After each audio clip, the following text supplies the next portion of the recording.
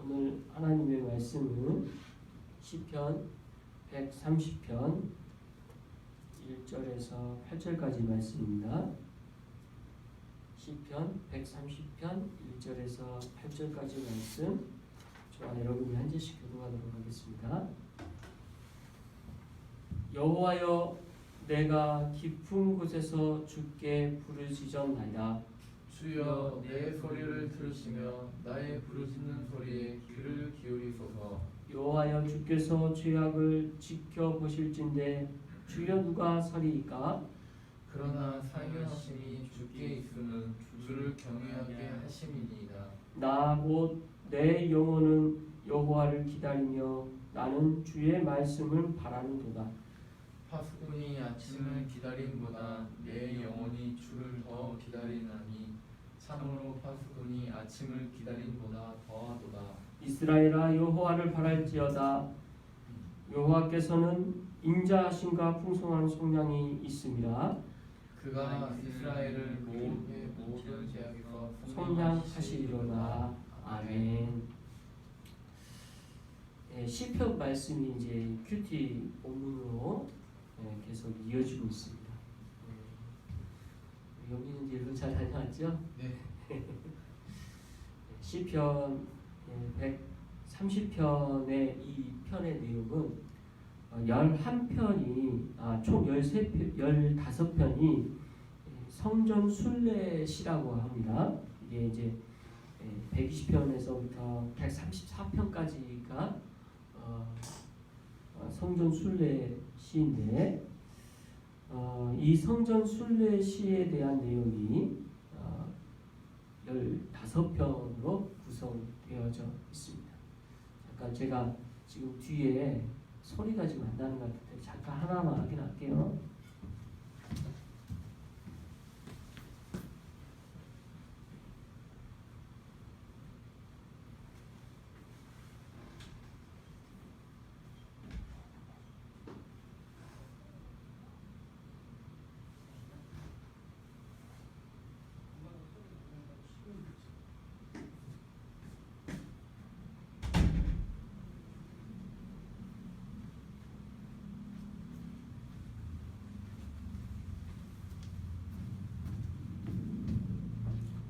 제 소리 잘 납니까? 네. 자, 그 시편 130편에 대한 내용은 성전 순례에서 성전을 순례한다는 뜻이 뭐냐면, 이스라엘 민족들은 명절 때마다 같이 모이는, 우리가 생각할 때 명절의 개념과 같이 고향으로 돌아가는 것처럼 이스라엘에 모여서 거기서 같이 이제 예배를 드리는 그런 개념으로 모이는 시기가 있습니다. 그런 시기처럼 성전을 순례하는 그런 시기가 있는데, 이 예루살렘의 중심으로 이제 그 성전 중심으로 모이는 거죠. 근데 이제 이 성전에 모일 때 올려드릴 시가 있다라는 거죠. 그 시가 15편인데 120편에서부터 134편이 거기에 해당되는 시고요. 그 중에 하나가 130편인 거예요. 그래서 130편은 특별히 자기 자신에 대하여 또 민족에 대하여 참회의 그런 기도가 담겨져 있는 시고요. 특별히 이 130편은 다른 어떤 시편보다 간절히 하나님께 부르짖는 그 내면을 볼 수 있는 시로 우리가 잘 알 수가 있고, 그 간절함의 그 기다림의 내용이 이 시의 가장 큰 특징 중에 하나입니다. 또한 이 시의 저자, 그리고 언제 쓰여졌는지 이거에 대한 내용은 잘 알 수가 없어요. 그래서 어떤 분은 뭐 다이실 수 있겠다라고 하시는 분도 있지만 실은 정확하지 않습니다. 아무튼 이 시편에 대한 내용을 보면서 우리가 한 가지 알 수 있는 것은, 우리가 하나님 앞에 구원받는다라는 것은 개인적인 문제잖아요. 하나님과 1대1 문제잖아요. 근데 성경에 가장 우리의 내면을 잘 보여주는 성경이 뭐냐면 시편인 것 같아요. 오늘 이 시를 보면서도 그 시편 기자의 내면, 하나님 앞에 고스란히 고백하고 있기 때문에 그 내면에 대하여 가장 잘 알고 있는 게 시편이라는 거죠. 그래서 이 시편 기자의 연약함과 어떤 고통 가운데 있거나 어떤 그 부르짖음이 있는 이 내용을 볼 때 그 시편 기자의 어떤 상황 속에 우리가 들어갈 수가 있어요. 그리고 그 상황에 들어가 봄으로써 우리의 개인의 어떤 문제도 직면하게 되는 거죠. 그래서 가장 개인적인 시, 가장 우리가 하나님 앞에 개인적으로 어떻게 나갈 수 있는지에 대해서 배울 수 있는 게 시편이라는 거죠. 그런 측면에서 우리의 삶의 단면을 보는 듯하고 특히 이 참회의 시편 가운데 가장 최고의 시편이다라고 불려지는 이 시편을 보면서 우리 각자의 하나님 앞에 드려질 시편도 있어야 되는 줄 압니다. 그래서 깊게 묵상하면서 특별히 이제 우리가 추수감사 예배가 얼마 남지 않았잖아요. 그래서 추수감사 전에 1년을 돌아보면서 하나님께 우리가 어떤 식으로 어떻게 고백할 게 있는지 그걸 우리의 내면을 들여다보면서 여러분 각자의 시편이 있기를 바랍니다. 오늘 이 말씀을 묵상하면서 같이 다시 한번 1절씩 한 절씩 살펴보도록 하겠습니다. 1절 같이 읽겠습니다. 시작. 여호와여 내가 깊은 곳에서 주께 부르짖었나이다. 자, 이제 1절부터 나오는 내용이 부르짖는다라고 시작하는 거죠. 하나님, 내가 깊은 곳에 있습니다. 주께 부르짖습니다. 여호와여, 내가 지금 어떤 고통 가운데 있습니다. 라고 우리가 느낄 수가 있습니다. 이제 본문에서는 깊다라는 표현으로 되어져 있는데요. 이 단어가 실은 이제 구약적 표현에서의 깊다라는 이 개념이 결국은 고통을 설명하는 그런 맥락으로 이해할 수가 있습니다. 이 마하마크라는 이 단어는 성경에서 비유적 표현으로 고난 가운데 있을 때, 고통 가운데 있을 때 사용되어지는 용례로 쓰입니다. 그러다 보니까 이 깊다라는 말 자체에 벌써 우리의 감수성에도 이거 지금 굉장히 괴로운 뭔가 있겠구나, 어떤 죽을 것 같은 고통이 있구나, 이런 비유적인 표현이라는 것을 알 수가 있습니다. 근데 성경에 많은 인물들도 이 고통 가운데 있었던 사람들이 많이 있었죠. 생각해 보십시오. 모세를 생각해 보아도 얼마나 그가 40년의 이 광야의 기간이 있지 않습니까? 그리고 이스라엘을 민족을 이렇게 데리고 다니면서도 이제 출애굽해서 광야의 기간에서도 얼마나 고통스럽습니까? 그 고통의 기간이 있죠. 또 더 직접적으로 요셉이라는 사람, 이 사람은 보디발의 아내의 유혹을 받은 것에 대해서 기피하려다가 오히려 감옥에 갇히고 이 감옥 생활을 할 때 얼마나 고통스러울까요? 다 이런 고통 가운데 있을 때에 대한 표현이 이런 비유적 표현으로 깊은 수렁, 깊은 곳에 빠져 있는 것처럼, 늪에 빠져서 헤어나올 수 없는 것처럼 표현되어져 있습니다. 우리도 그렇게 표현할 수 있잖아요. 내 인생에 있어서 어떤 고통스러움이 있을 때 깊은 그런 수렁에 빠졌다. 성경의 다른 용도들에서도 그런 맥락으로 사용하고 있는 것입니다. 이렇게 성경의 인물을 살펴봐도 깊은 고통에 있었던 것들을 보게 되고, 또 다윗을 우리가 들어도 그렇죠. 다윗도 얼마나 그 고통 가운데 있었습니까?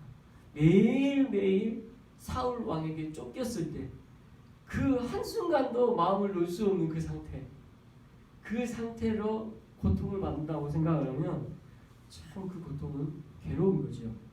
그런데 우리 인생이 이런 괴로움과 고통이 있다라는 것을 보여주는 말씀이죠. 신앙인이 이제 이 고통 가운데 있다라는 것을 이 시편 기자를 통해 알 수 있는 거죠. 저와 여러분도 고통의 문제는 예외가 아니라는 거예요. 아무리 신앙이 있다 할지라도 우리의 삶에서 찾아온 여러 가지 문제들은 고통으로 찾아올 수밖에 없고요. 신앙인들이라 할지라도 이 고통이 문제가 따르다는 것입니다. 그래서 지난주 우리가 빌립보서 말씀을 볼 때 이 고통의 문제가 따라왔던 걸 봤죠.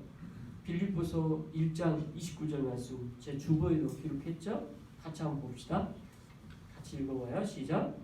그리스도를 위하여 너희에게 은혜를 주신 것은 다만 그를 믿을 뿐 아니라 또한 그를 위하여 고난도 받게 하심이라. 자, 우리에게 있어서의 고난과 고통의 문제는 별개의 문제가 아니라 은혜를 받은 우리에게 믿는 신앙의 은혜도 주시지만 또한 그를 위하여 고난도 받게 하심이라는 말씀을 통해서 우리에게 따라오는 고통이 있으면 성경은 전제하고 있고 그 전제함이 오늘 말씀 안에도 있는 거죠. 자, 그런데 이 신앙인이라 할지라도 고통 가운데 있다라는 것은 이제 우리가 아는 바지만 이 고통이 막상 찾아오면 그 감당하기가 너무 힘들어요. 그죠? 어떤 모양이든 우리에게 고통이 찾아오면 참 견디기가 어렵습니다. 이 견디기가 어려운 이 고난을 우리가 어떻게 이겨갈 수가 있는가? 참 우리의 믿음의 선조들은요 고난의 문제를 많이 생각했던 것 같습니다. 그리고 이 고난의 문제에 대하여 답을 어떻게 하냐면요 하이데베르그 그 요리입니다. 성경을 이제 질의하는 질문하고 답하는 그 첫 번째에서 이 세상에서 받는 우리가 최고의 하나님의 위로가 뭡니까? 그게 사나 죽으나 우리가 이 땅에서 받을 수 있는 위로가 뭐냐라는 질문이 나오거든요. 그러니까 벌써 이 위로라는 단어를 쓰면 위안이라는 단어를 쓰면서 뭘 언급하냐면 이 땅 가운데 고통이 있다라는 걸 전제하는 거죠. 그러면서 답을 뭐라 그러면 우리가 살든지 죽든지 주의 소유가 됐다는 것이 이 땅 가운데 최고의 위로라고 말해요. 저는 그 말씀을 보면서 그 위로는 결국 하나님의 소유가 되었다라는 사실, 이제 우리는 하나님의 소유된 백성이라는 것, 그것이 이 땅 가운데서 최고의 위로라는 것을 말씀하고 있습니다. 그리고 우리가 그 고통 가운데 잘 이기고 뭔가 이 땅에서 승리하고 그런 것의 개념으로 말하지 않아요. 이 땅 가운데 고통이 있음을 인지하고 이것 또한 하나님의 섭리 가운데 있다라는 걸 인정하는 것, 이것조차도 힘들거든요. 그냥 그것이 우리의 신앙의 과정으로 성경은 말하고 있습니다. 그리고 우리의 신앙이라는 측면에서 우리는 할 수 있는 것, 우리의 연약함을 성경은 또한 이렇게 말하고 있어요. 마태복음 12장 20절 그 다음 주보 내용이 나오죠. 같이 한번 읽어봅니다. 시작. 상한 가을대를 꺾지 아니하며 꺼져가는 심지를 끄지 아니하는 길을 심판하여 이길 때까지 하리니. 그래서 상한 갈대가 꺾였어요. 그럼 이 갈대 산 거예요, 죽은 거예요? 거의 죽은 것처럼 보이지만 아직 매달려 있죠. 아직 매달려 있어요. 그러면 제 이 다음 보면서도 맨날 곧 죽을 것 같은데 물 한 번 주면 다시 살아나고 물 한 번 주면 다시 살아나는 너무 신기한데 갈대도요 꺾여 있으면 거의 죽어 있는 것처럼 보이지만 아직 완전히 그게 죽은 상태는 아니란 말이에요. 꺾여 있는 거지만 근데 말씀 뭐예요? 상한 갈대 꺾여 있는 것 같은데도 꺾지 아니하며 그래서 곧 죽어 있는 것처럼 보이지만 실제 죽어 있지 않아서 그걸 꺾지 않으시는 하나님이라는 것. 그 다음에 꺼져가는 심지 바람이 훅 불어가지고 곧 꺼질 것 같은 그 심지 그 불꽃 이 심지를 끄지 아니하기를 심판하여 이길 때까지 하리니 이렇게 말씀합니다. 그러니까 우리의 신앙에 대해서 이야기를 할 때 마치 상할 때 우리가 다 죽어가는 것처럼 비유해요. 꺼져가는 심지처럼 보여요. 그러나 그걸 꺾지 않으시고 끄지 않으시는 하나님이시고 심판하여 이길 때까지 하리래요. 우리의 신앙의 모습은 그릇처럼 보이지만 그러나 우리에게서 이것을 그 상태로 끝까지 가게 하셔서 심판하여 이길 때까지 한대요. 우리의 모습은 그렇게 보여요. 그 다음에 누가복음 17장 6절은 이렇게 비유합니다. 말씀 같이 읽겠습니다. 시작. 주께서 이르시되 너희에게 겨자씨 하나할 만한 믿음이 있었더라면 이 뽕나무더러 뿌리가 뽑혀 바다에 심기어라 하였을 것이요 그것이 너희에게 순종하였으리라. 지금 비유의 말씀이지만 여기서 주목할 만한 것은 겨자씨 안 알만한 믿음이에요. 우리가 이런 믿음을 갖고 있다는 거예요. 이것보다도 적다라는 거예요. 여러분 실제 겨자씨 보셨습니까? 네, 겨자씨 안 봤죠? 엄청 작아요. 네, 작습니다. 세상에 여러 가지 씨앗들이 있지만 그 씨앗들 중에서도 가장 작은 거예요. 그 작은 씨앗만도 못하는 게 우리 믿음이라는 거예요. 신앙이라는 거. 앞에서 그래서 12장 20절에서의 우리의 신앙에 대한 비유, 그 다음에 여기서 말하는 이 믿음. 근데 겨자씨만한 믿음만 있어도 뽕나무더러 뿌리가 뽑혀 바다에 식겨나면 그렇게 될 정도의 믿음이래요. 근데 우리는 그렇게 안 되잖아요. 그러니까 하나님께서 우리의 신앙을 볼 때 우리의 신앙의 연약함이란 정말 보잘것없는 거예요. 우리 스스로 느끼잖아요. 우리 신앙 얼마나 보잘것없습니까? 근데 그걸 함부로 여기세요? 아니에요. 그걸 귀히 여기시는 하나님이십니다. 그래서 우리가 은혜가 돼요. 이건 우리의 어떤 신앙의 요소가 우리의 힘에 있다라는 이야기를 안 하고 있는 거죠. 다 전적인 하나님의 능력과 은혜로 우리가 그 구원을 받았다라는 거지 우리의 힘에 있다라는 것이 아님을 보여주는 말씀인 것입니다. 우리가 고통 가운데 있습니다. 고통 가운데 있다면 상한 갈대처럼 보이고 꺼져가는 심지처럼 보이겠지요. 그러나 그걸 꺾지 않으시고 그걸 심판하실 때까지 끝까지 이길 때까지 가시는 하나님이십니다. 우리를 붙들고 인도하시는 하나님, 그래 견인하시는 하나님이십니다. 믿으시는 여러분 되시기 바랍니다. 우리 신앙이 커서가 아니에요. 우리 하나님이 모든 것을 능하시고 주관하셔서 하나님 가운데 우리가 그 섭리 가운데 있어서 가능하다는 이야기인 것입니다. 그래서 시편 기자는 오늘 그 사실을 알고 있는 거죠. 지금 내가 깊은 곳에서 주께 부르짖었나이다. 나는 연약해서 할 수 있는 거라는 것은 주께 부르짖는 것밖에 없어요. 내가 할 수 있는 힘은 그것밖에 없어요. 내가 뭘 바꿀 수가 없어요. 내가 할 수 있는 거라고는 부르짖는 것밖에 없어요. 시편 기자는 그걸 너무 잘 알았던 거죠. 그것을 1절에서 고스란히 담고 있는 거예요. 2절 계속해서 읽어봅니다. 시작.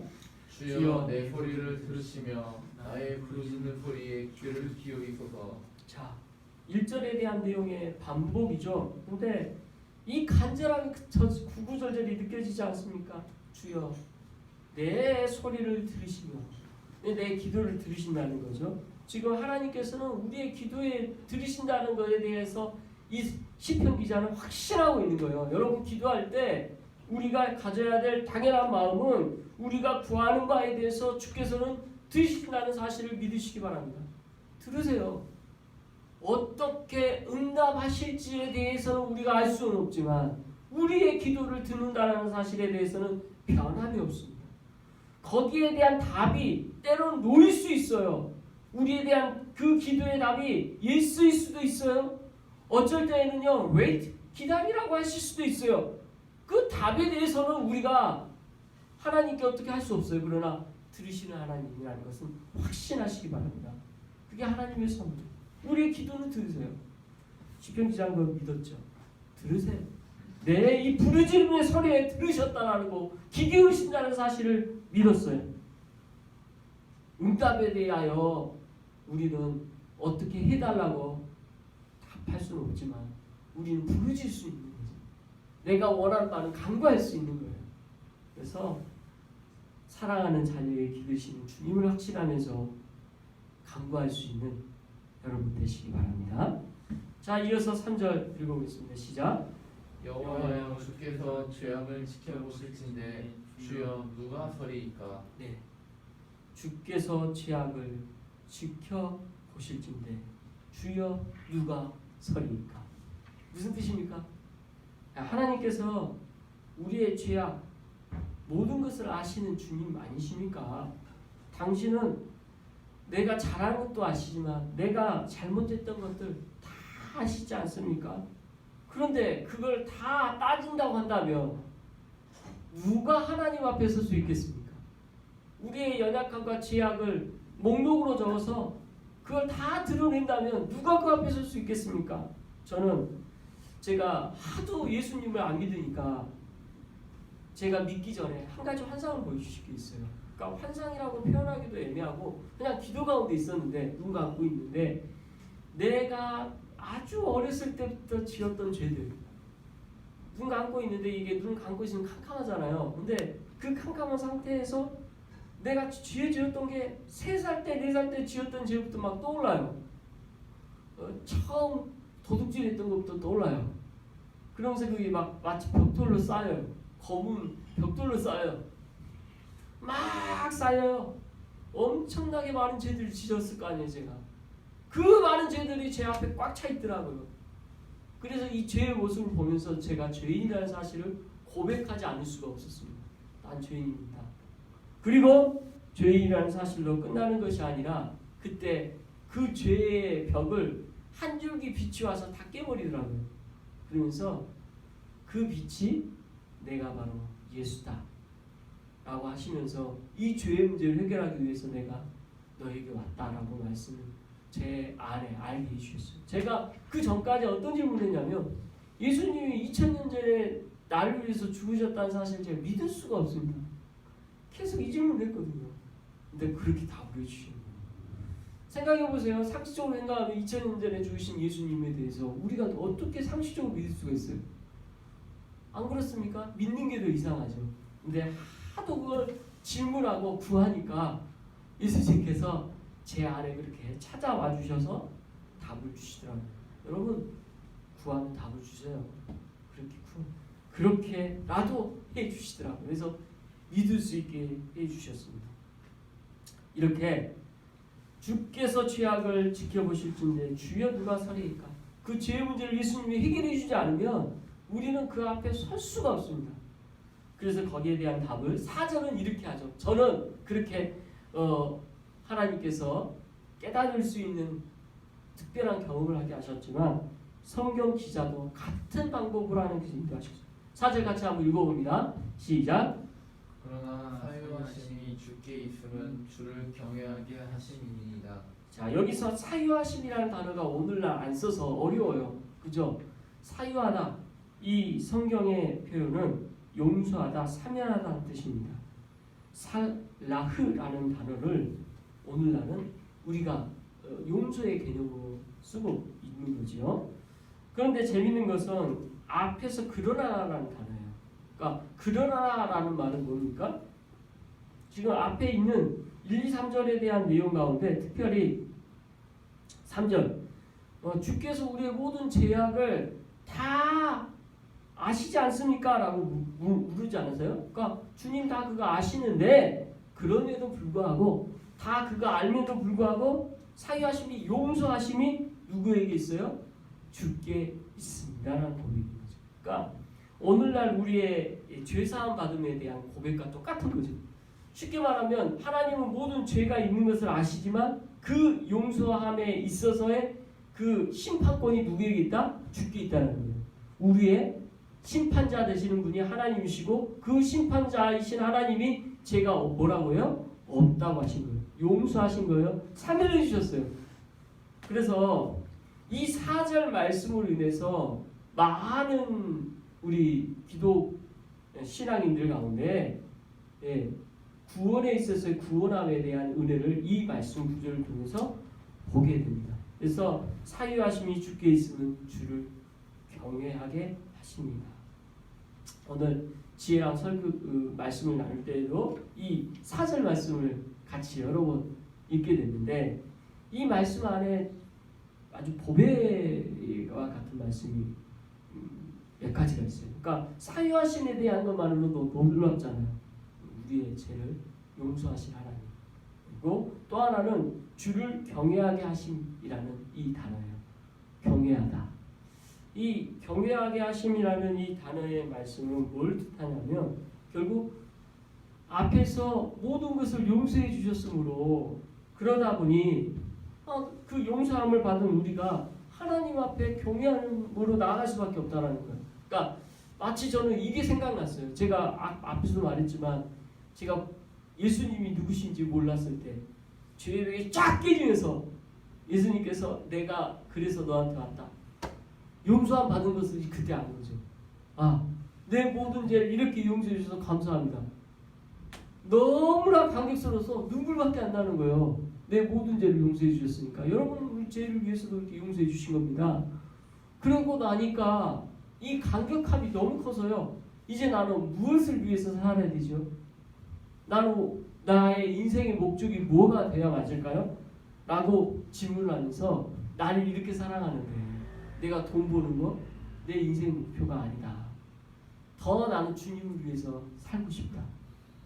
나의 모든 것 제일 중요한 이 구원의 문제를 해결해 주셨으니까 난 주님 위해서 살고 싶습니다라는 고백이 자연스럽게 나오는 거예요. 그리고 그 고백 가운데 그러면 나는 이제 주님을 위해서 살아야지라는 것에 대한 마음이 가지니까 이 경외의 마음이 자연스럽게 생겨요. 아, 주님을 높이기 원합니다. 마치 베드로가 예수님을 만났을 때 나를 떠나서서 나는 죄인입니다라고 고백할 수밖에 없었던 것. 그 마음이 있을 수밖에 없는 거죠. 그래서 여기서 경외라는 말은 그렇게 이해가 되고 또 우리의 새로운 인생의 목표를 갖게 되는 단어인 것입니다. 예. 저 여러분 경외의 신앙 가지시기 바랍니다. 하나님을 경외하기를 아시는 여러분 되시기 바랍니다. 이어서 5절 말씀 같이 읽겠습니다. 시작. 나곧 내 영혼은 여호와를 기다리며 나는 주의 말씀을 바라는구나. 예, 이렇게 주님의 말씀을 붙잡고 이제 인생이 바뀐 사람은 나고 내 영혼은 여호와를 기다리며 주의 말씀을 바라는구나라는 기다림의 신앙, 인내의 신앙, 예, 주님을 찾는 신앙, 주님을 바라는 신앙, 소망하는 신앙, 이런 신앙을 갖게 되죠. 그래서 하나님을 진짜 만나는 사람은 만나서 그 신앙 안에서 나타나는 이런 인내함이 있습니다. 그래서 성령의 9가지 열매에서도 이 인내함의 신앙의 인품의 변화의 신앙의 열매로 나타나는 거죠. 보세요. 성령의 9가지 열매 생각해보세요. 사랑, 희락, 화평, 오리참, 자비함, 추소는 절제 다 인격의 열매로 나타나잖아요. 그것이 이런 신앙의 모습으로 나타날 수밖에 없는 것입니다. 그리고 구약의 성도들은 이런 기다림의 신앙이 그들 안에도 예수님을 기다리는 신앙이 있었고 또 우리 또한 기다림의 신앙이 있죠. 뭘로 나타나요? 마라나타 주 예수여 어서 오시옵소서라는 신앙으로 나타나는 거죠. 그래서 간절히 주님을 기다리는 신앙이 우리 안에는 있어야 한다는 거죠. 이어서 6절 같이 읽겠습니다. 시작. 파수꾼이 아침을 기다림보다 내 영혼이 주를 더 기다리나니 참으로 파수꾼이 아침을 기다림보다 더하도다. 자, 파수꾼이 아침을 기다리는 것보다 내 영혼이 주를 더 기다린다.